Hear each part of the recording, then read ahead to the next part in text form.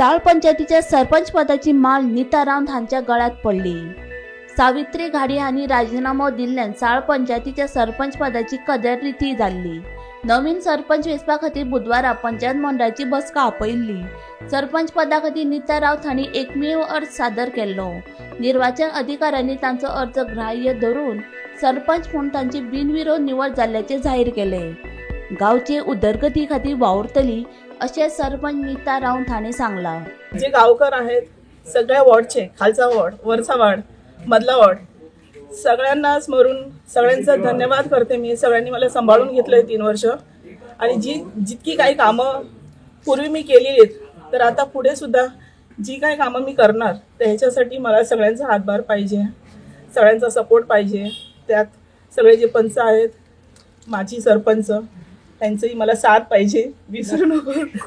आणि ह्याच्यासाठी जे तुम्ही मीडिया सुद्धा आज माझ्यासमोर आलात, माझं जे मत तुम्ही जे आता सगळ्यांसमोर मांडणार त्यासाठी धन्यवाद।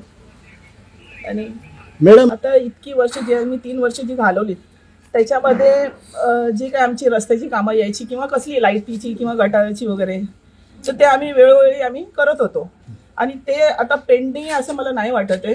पण मेन म्हणजे जेव्हा गावकर येतात पंचायतीमध्ये, एक असे गावकर महिला वगैरे येतात तर ते एका आशेने येतात की आपली कामं काहीतरी व्हायला पाहिजे।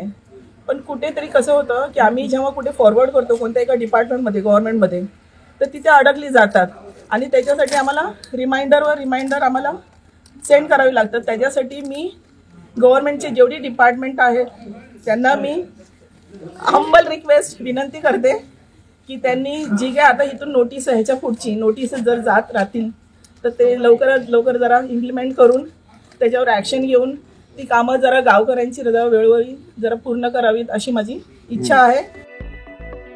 गोमंतक टीव्ही खातीर तुकाराम सावंत।